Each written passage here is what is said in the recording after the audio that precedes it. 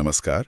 आज हम सिलीगुड़ी और दार्जिलिंग पर एक गाइड है हिमालय की अनूठी यात्रा, उस पे थोड़ी गहराई से बात करेंगे। हाँ। मकसद ये है कि गाइड से वो खास बातें, वो अनुभव निकालें जो शायद पहली नजर में न दिखें, बिल्कुल। ताकि इस इलाके को बेहतर समझ सकें, या फिर अगर कोई जाने का सोच रहा है तो मदद मिले। सही कहा। ये दो जगह भी बड़ी दिलचस्प, सिलीगुड़ी एकदम मैदानी चहल पहल वाला शहर, और फिर दार्जिलिंग पहाड़ों की रानी, धुंध में लिपटी हुई। बिल्कुल। और गाइड ये बात साफ करता है कि सिलीगुड़ी को सिर्फ एक ट्रांजिट पॉइंट समझना ठीक नहीं है। अच्छा। हाँ, ये नॉर्थ बंगाल का एक जरूरी ट्रेड सेंटर है और वाइल्ड लाइफ के लिए भी अहम है।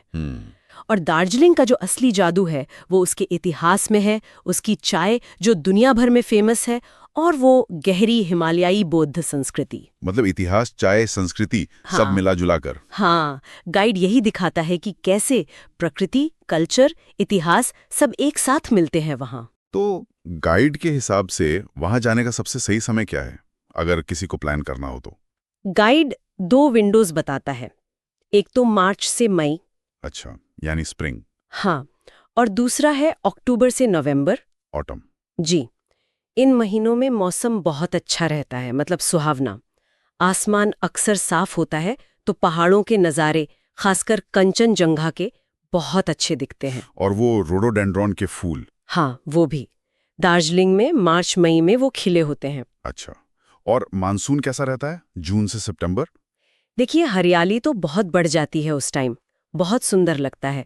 लेकिन गाइड ये भी बताता है कि बारिश काफी तेज होती है। लैंडस्लाइड का खतरा? हाँ, भूस्खलन का रिस्क रहता है, तो वो थोड़ा ध्यान रखना पड़ता है। और सर्दियां, दिसंबर फरवरी? ठंड काफी होती है, बर्फ भी पड़ सकती है कभी-कभी, लेकिन एक फायदा है, पहाड़ों के नज़ारे वो एकदम क्रिस्टल क्लियर होते हैं। अच्छा, और वहां पहुंचना कैसे? गाइड क्या कहता है इस बारे में? हाँ, प्रैक्टिकल जानकारी भी है गाइड में। एयरपोर्ट तो है बागडोगरा, कोड है IXB। ओके। रेल से जाना हो तो न्यू जलपाईगुड़ी, NGP स्टेशन, ये मेन है। ठीक है। और सिलीगुड़ी से दार्जिलिंग? सबसे कॉमन तरीका है शेयर्ड जीप, सस्ती भी पड़ती है, करीब मान लीजिए 3 से 4 घंटे लगते हैं। अच्छा, कोई टिप है इसके लिए? गाइड कहता है कि अगर आगे की सीट मिल जाए तो नज़ारे अच्छे दिखते हैं। हाँ, ये तो है। प्राइवेट टैक्सी भी मिलती होंगी? बिल्कुल, ज्यादा आरामदायक होती है, पर हाँ, किराया पहले से तय कर लेना बेहतर है। और वो toy train, Darjeeling Himalayan railway? अरे हाँ, DHR, वो तो यूनेस्को वर्ल्ड हेरिटेज साइट है। उसकी पूरी यात्रा NJP से? हाँ, NGP से दार्जिलिंग तक बहुत सुंदर है, इसमें कोई शक नहीं। लेकिन गाइड साफ कहता है ये बहुत धीमी है, 6-7 घंटे या उससे भी ज्यादा लग सकते हैं। ओह। और बुकिंग वो तो महीनों पहले करनी पड़ती है। तो फिर? छोटी जॉय राइड्स है दार्जिलिंग से घूम स्टेशन तक और वापस, वो ज्यादा आसानी से मिल जाती हैं और अनुभव भी हो जाता है। ये सही है। चलो, मान लिया दार्जिलिंग पहुंच गए, गाइड के हिसाब से कौन से अनुभव हैं जो बिल्कुल मिस नहीं करने चाहिए? सबसे पहले तो टाइगर हिल से सनराइज। अच्छा। गाइड कहता है ये भूलने वाला अनुभव नहीं है। दुनिया की तीसरी सबसे ऊंची चोटी कंचनजंगा, उसको सुबह की पहली किरणों में सुनहरा होते देखना कमाल का होता है। इसके लिए तो जल्दी निकलना पड़ता होगा? हाँ, सुबह 4 बजे, और गर्म कपड़े बहुत जरूरी हैं। ठीक है। और टॉय ट्रेन की जॉय राइड का जिक्र तो कर ही लिया, फिर चाय बागान जरूर घूमना चाहिए। जैसे?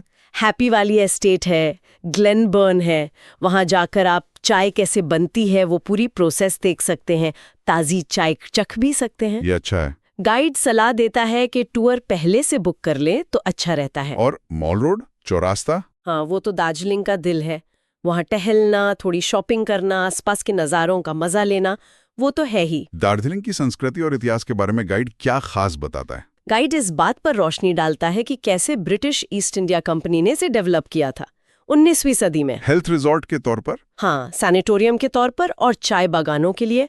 वो ब्रिटिश आर्किटेक्चर आज भी दिखता है। यहाँ की जो मेन कल्चर है वो नेपाली यानी गोरखा है, और गाइड अलग गोरखा लैंड राज्य की जो मांग है उसका भी जिक्र करता है। हाँ, ये तो काफी समय से है। हाँ, ये वहाँ की पहचान और राजनीति का एक अहम हिस्सा है, इसे समझना जरूरी है। और तिब्बती प्रभाव? वो भी बहुत है, खासकर 1959 के बाद जो शरणार्थी आए उनके कारण मठ दिखेंगे, प्रेयर फ्लैग्स दिखेंगे हर तरफ। और चाय?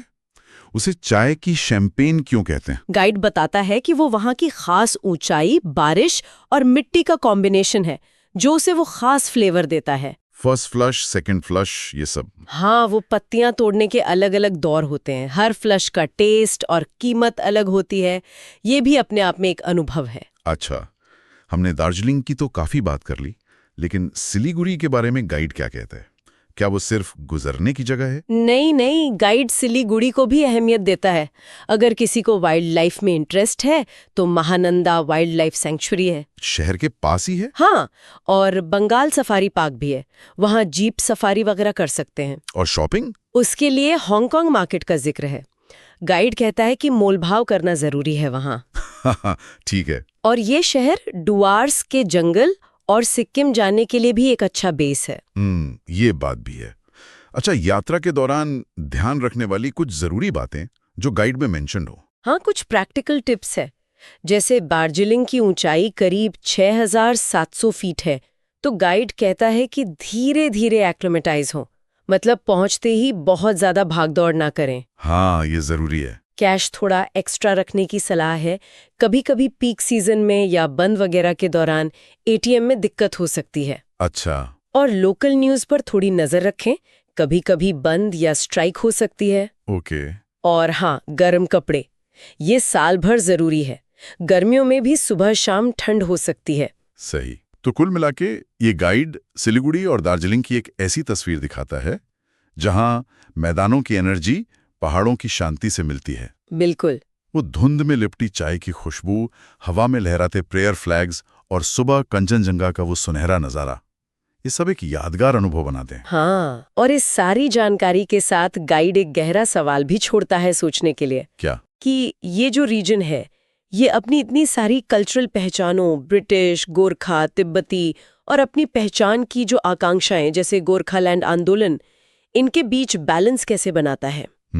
और ये जो कॉम्प्लेक्स मिक्स है, ये आज के ट्रैवलर के अनुभव को 100 साल पहले के ट्रैवलर के अनुभव से कैसे अलग बनाता है, जबकि वो अपनी नेचर और हेरिटेज को बचाने की कोशिश भी कर रहा है। वाकई ये सोचने वाली बात है। उम्मीद है इस चर्चा से